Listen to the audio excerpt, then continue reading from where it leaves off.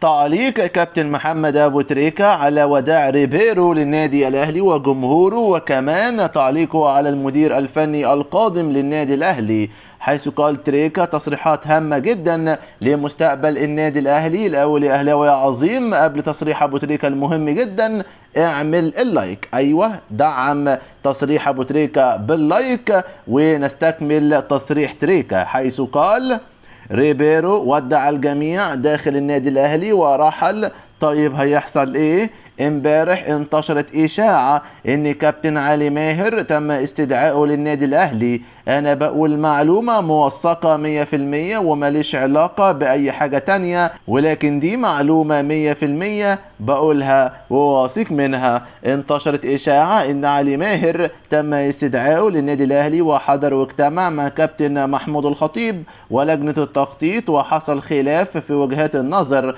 وانه عايز عقد سنتين ومعرفش ايه والكلام ده. الكلام ده ما حصلش اطلاقا تماما. هقول لك قولا واحدا، ما فيش اي تفكير في علي ماهر ولا حصل تواصل معاه نهائي، وانتوا عارفين انا بحبه ازاي، ولكن انا بقول معلومة مؤكدة، ما كانش في اي نوع من انواع التفاوض مع علي ماهر. في ناس مستعجلة على المدرب، ولكن المدارس والسيفيهات الموجودة قدام المجلس كتير جدا. الاستعجال اللي كان بيحصل اني اجيب مدرب من بكرة وينزل التمرين، لا ده خلاص ما بقاش موجود، هياخدوا نفسهم شوية. طب من سيدير تدريبات الفريق فنيا؟ المنطق والعقل بقى بيقول ان اللي يدير الفريق دلوقتي هو عماد النحاس، وممكن معاه محمد نجيب.